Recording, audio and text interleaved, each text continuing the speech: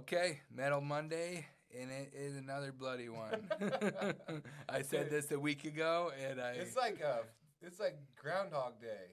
You know? yeah, this one it's a I'm rough like one. Bill Murray All over red, here. all red. Yeah, red, good, red, nice. red, I mean, red, the stock red, market. red. I mean, commodities. Yeah, The PGMs, like you name crypto, it's everything crypto. is just getting destroyed. Yeah. And I don't know Housing 100% market. why. Oh, housing. I mean, you name it right now. It is. It could be the looming recession.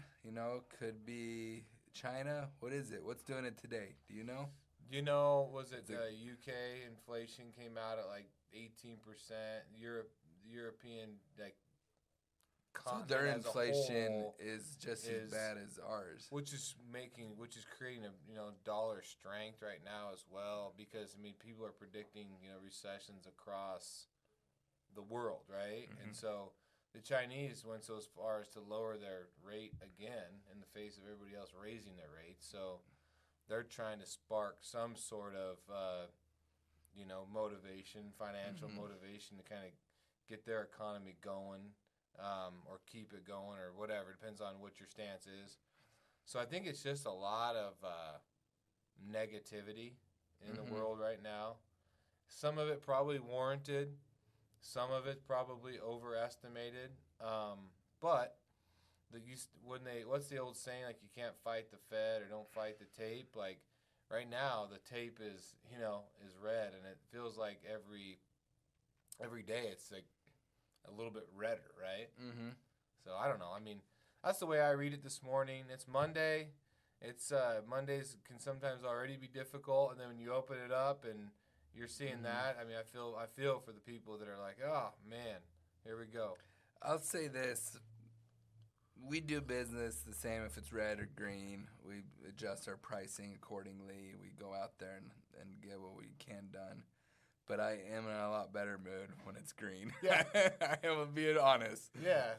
Like, Well, no, it's at the end of the day, you're gonna sell what you're gonna sell. You're gonna buy what you're gonna buy. It's up to you as an individual business owner in the recycling business. Doing what we do. We obviously have like 7, 8 other businesses, right? So it just depends. But we do. I mean, we have to make decisions daily. Are we buying? Are we selling? What we're doing, what we're paying if we're buying, what we're selling stuff for if we're selling. But, I'm not a seller every day. So I watch the market. I pay attention to the trend. I pay attention to which way it's going. But I'm not an everyday seller. Some days I am. Depends on, where I feel the market is or where it's going or where it should be. But it makes you feel a little bit better when you wake up and the market is in positive territory, right? Or it's trending in the right direction. I do believe on the commodity side, though, that this is going to get overplayed. It's still a supply crunch. Regardless of what the economy does as a whole, we could see a dip, and we could see a dip for a little while, but the numbers, the inventories are still the same.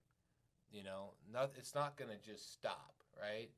COVID, I mean, they all damn near did the best they could to just stop the world, right? And even then it didn't stop.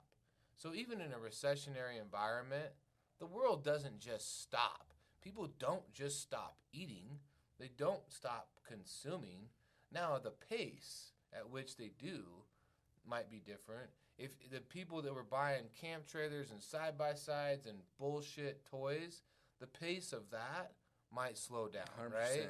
But work trucks, but the reality of it is, like, dump trucks, work trucks, people doing business. They still need it. It's needed. Now, do people go out and replace stuff as quick, in a recessionary environment?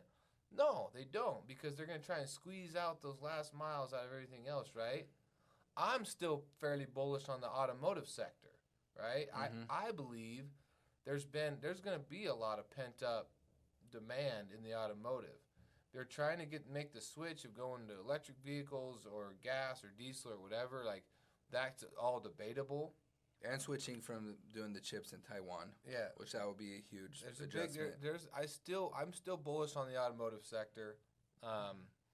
So I believe that, aluminum, steel, PGMs, they still have room.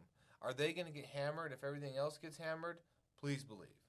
Because just like everything, if it gets overbought, it can get oversold. So even if we do get whacked for a while, a month, 8 months, a year, who knows, there's still going to be the long demand play. for it. The long play is these materials are needed. The inventories are low. Like they say in basketball or sports, the numbers don't lie. Yeah. That's the truth. Like the inventories are low and the need's there. Can the need adjust with a recession? Absolutely. But like you said, people, to make our society function, we still need these materials for our day-to-day lives. And a lot of things people don't see and don't realize that they need it. So I think the manufacturing sector, could dip and will dip. The commodities will dip, but I think they come back. I don't think we're in for a multi-year recession. But I hope we're not. Yeah. And at the end of the day, I mean, that's part of the business that we're in, right? Mm-hmm. Trying to figure out how to weather the storm. Trying to figure out how to deal with days like today or weeks like last week. You know what I mean? Like it is what it is. But I mean, you can't just take one day and say, okay, this is how it's going to go. Or 1 week, 1 month, 1 year. It is what it is. You've just got to be diligent on your purchase side, diligent on your taking care of your customer side, diligent on making sure that you're keeping stuff moving when the opportunity allows. If you need the cash flow, or figuring out which items you're willing to take a little bit of risk on, if you're okay on cash flow, and making good trades, keeping your relationships, taking care of your consumers. People that get lost a lot in the scrap industry is people are out there trying to screw over their consumer to make that extra 2-3 cents, when the reality of it is, like, you need your consumer more than ever in downturn. Especially when the material, there's a lot of that material. Exactly. They'll pick and choose. They're going to pick and choose, and do you want to be the guy that sent them a shitty load so you can make a few extra cents? Do you want to be the guy that commits to something, sends what you said you were going to send, stands behind your product? I mean, it's all, it's just kind of part of the way the business is, but especially on the commodities end, where you need your consumers more than ever, right? You need your customers more than ever. Downturns are just a way for you to kind of maybe brush up on that and make sure you're doing everything you can to take care of both sides of the Absolutely. chain. I mean, it's going to make a lot of people, like in our company, that haven't been here a whole long time, going to understand how important the things that we preach are, taking care of your customer, taking care of your consumer for our production end. We preach that all the time, and our team knows that, but some of them have not seen a big downturn before, so they might see how important that really is, and they could really understand it. So I know anyone listening to this that's in the scrap game and has been doing it and is successful, they know how important that is as well. Exactly. So. Stay positive. Shit is what it is. Works out the way it's supposed to work out. I might lose my $100 bet, but I might not. I thought it was $300. Yeah. I'm a little confused how much we bet on that. Well, we'll have to go back and check the tape. We got the tape. Yeah. All right, everybody. Have a great week. Keep your heads up. Keep it moving. Talk to you there.